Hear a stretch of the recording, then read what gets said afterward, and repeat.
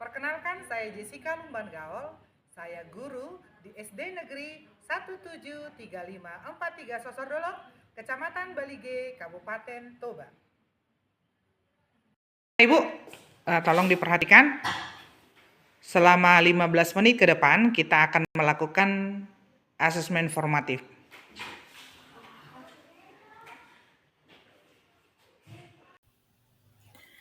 Situasi inilah yang kerap saya dapati ketika kegiatan asesmen formatif di kelas saya. Asesmen formatif biasanya saya sajikan dalam tes tertulis.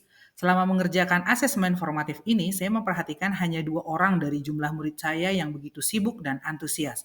Selebihnya terlihat bingung, merasa bosan, menoleh ke kiri dan ke kanan, berharap ada bantuan jawaban. Dan setelah saya periksa, betul saja bahwa 60% dari jumlah murid saya hasil asesmen formatifnya di bawah KKTP, kriteria ketercapaian tujuan pembelajaran.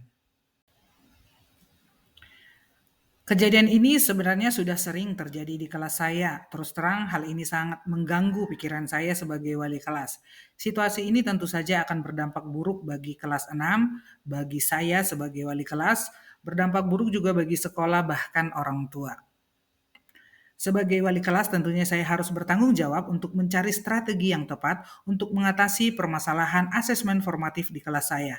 Inilah yang melatar belakangi video praktik baik yang saya buat. Setelah mempelajari situasi dari murid-murid saya ini, saya menemukan beberapa penyebab mengapa murid-murid saya di kelas 6 tidak antusias ketika mengikuti asesmen formatif dan hasil asesmen formatif masih belum memenuhi KKTP. Hal yang paling mendasar yang saya identifikasi adalah bahwa murid-murid saya 60% tidak menguasai materi pelajaran. Saya juga tidak memiliki informasi kemampuan dasar bahkan latar belakang keluarga ketika mereka masuk di kelas 6. Di sisi lain, asesmen formatif dalam bentuk tes tertulis terkesan membosankan dan menakutkan bagi murid-murid saya di kelas 6. Inilah yang menjadi tantangan bagi saya sebagai wali kelas 6 untuk mencari strategi yang tepat, bermakna dan inovatif. Saya harus mempersiapkan instrumen yang tepat untuk memetakan kebutuhan belajar mereka.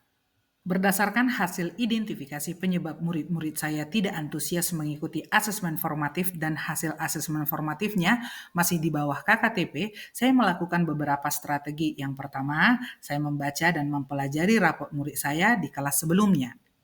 Saya juga menggali informasi tentang kemampuan dasar, kelebihan, bahkan latar belakang keluarga dari murid-murid saya di kelas sebelumnya bersama wali kelas 5. Ini semua untuk mengumpulkan informasi tentang kebutuhan belajar murid-murid saya di kelas 6. Saya juga berdiskusi dengan guru lain untuk mencari solusi dan masukan. Atas saran beliau, saya belajar mandiri melalui aplikasi PMM dengan memilih topik asesmen SD paket A.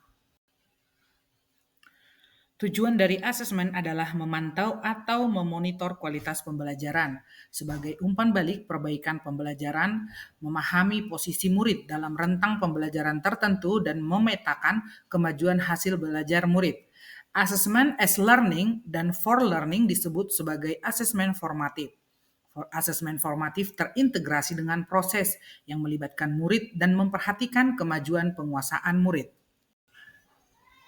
Setelah mempelajari materi asesmen ini, saya lalu mengubah cara mengajar saya, yang tadinya hanya menjelaskan kemudian memberikan soal untuk dikerjakan, lalu memeriksa pekerjaan murid. Sekarang ketika akan memulai aktivitas pembelajaran, saya menggunakan asesmen diagnostik berupa pertanyaan pemantik atau pertanyaan terbuka untuk mengetahui sejauh mana pengetahuan awal dari murid-murid saya ini. Dari sini saya menjadi tahu kapan materi baru dapat saya berikan. Selanjutnya, mengelompokkan murid berdasarkan pengetahuan awal mereka. Lalu saya membentuk kelompok diskusi. Kenapa diskusi? Kenapa tidak menjelaskan materi pelajaran saja? Ya, tujuannya untuk membangun pemahaman dan pengetahuan murid. Selama diskusi, saya menggunakan lembar amatan. Sebelumnya saya telah menyusun instrumen lembar amatan ini yang terdiri dari mata pelajaran, kelas atau fase yang pastinya ada tujuan pembelajaran. Oh iya Bapak Ibu guru hebat, lembar amatan tidak harus digunakan setiap hari ya. Lembar amatan dapat digunakan sebulan sekali. Lembar amatan ini sangat membantu saya menyajikan informasi yang nyata terkini mengenai kondisi murid. Setelah berdiskusi, setiap kelompok akan mempresentasikan hasil diskusi mereka di depan kelas. Kelompok lain mendengar sambil membuat catatan kecil berupa pertanyaan dan informasi penting lainnya. Nah, bagian paling menarik adalah ketika peer assessment, penilaian antar teman, dan self-assessment, penilaian diri sendiri. Peer assessment dan self-assessment termasuk ke dalam asesmen formatif. Peer assessment biasanya saya lakukan dengan pertanyaan terbuka. Contohnya berikut ini. Apa yang sudah baik dari hasil presentasi Aitupa tadi? Yang sudah baik, Bu, menyiapkan 7 toko proklamasi kemerdekaan Indonesia. Berarti bisa dijelaskan semua. Jauh. Oke. Terus? Yang perlu diperbaiki yaitu bahas belajar proklamasi kemerdekaan Indonesia tentang tempat lahir dan tanggal lahir. Oh, dia masih kurang di bagian situ ya? Jauh. Oke. Ada lagi? Dan tempat meninggal dan tanggal meninggal. Oke. Pada bagian self-assessment atau penilaian diri, murid menceklis sesuai dengan kemampuannya. Contohnya, Aitupa dan Cardo menceklis bagian saya dengan mudah menyederhanakan pecahan. Sebaliknya, Jona dengan jujur mengakui pada bagian saya masih butuh bantuan ibu guru dan teman untuk menyederhanakan pecahan. Hasil self-assessment inilah yang saya gunakan untuk memetakan kemajuan belajar murid agar dapat menyusun rencana tindak lanjut. Bapak dan Ibu pasti bertanya di mana nilai angkanya. Asesmen formatif dapat dinilai dengan menggunakan instrumen rubrik penilaian terinci.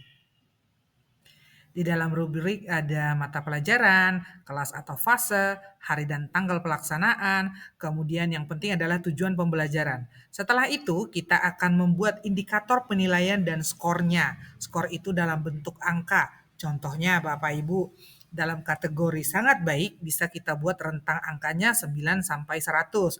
Dalam kategori baik, cukup dan perlu bimbingan. Ada kategori indikator lain yang juga bisa diganti, contohnya level 4, level 3, level 2, level 1. Terserah dengan kebutuhan Bapak dan Ibu guru. Untuk menambah referensi asesmen formatif, saya mulai searching di media sosial. Pelatihan Quizizz. Akhirnya, saya memilih Quizizz. Saya mendaftar sebagai peserta pelatihan Quizizz. Saya juga bisa membubuhi gambar, grafik, untuk dan menambah referensi asesmen formatif. Saya mulai searching di media sosial. Saya juga terbantu karena Quizizz memberikan informasi statistik tentang hasil belajar murid yang dapat diunduh dalam format file Excel. Kebermanfaatan lain dari Quizizz ini tentunya melatih jiwa kompetisi murid-murid saya. Aplikasi Quizizz ini menunjukkan langsung skor yang diperoleh murid setiap kali menjawab pertanyaan. Setelah mengerjakan kuis asesmen formatif dalam bentuk tabok screen dan paper mode, ternyata tanggapan yang luar biasa dan ekspresi antusias dari anak-anak murid saya kelas 6. Bahkan mereka meminta sendiri agar asesmen formatif selanjutnya menggunakan aplikasi Quizizz. Karena di kelas 6 ada bisa bermain tabok screen.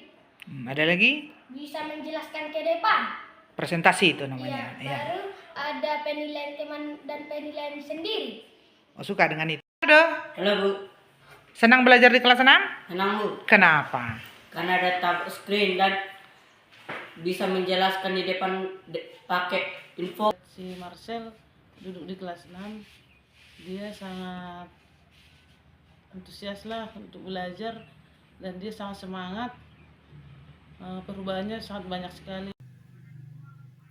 Asesmen formatif asik, interaktif, dan inovatif sebagai bagian dari proses pembelajaran ini sudah saya bagikan juga di komunitas belajar guru-guru SD Sosor Dolok. Harapannya agar guru tahu apa yang saat ini dipahami murid dari apa yang dipelajari. Guru juga paham apa yang bisa dilakukan guru dengan kemampuan prasyarat murid.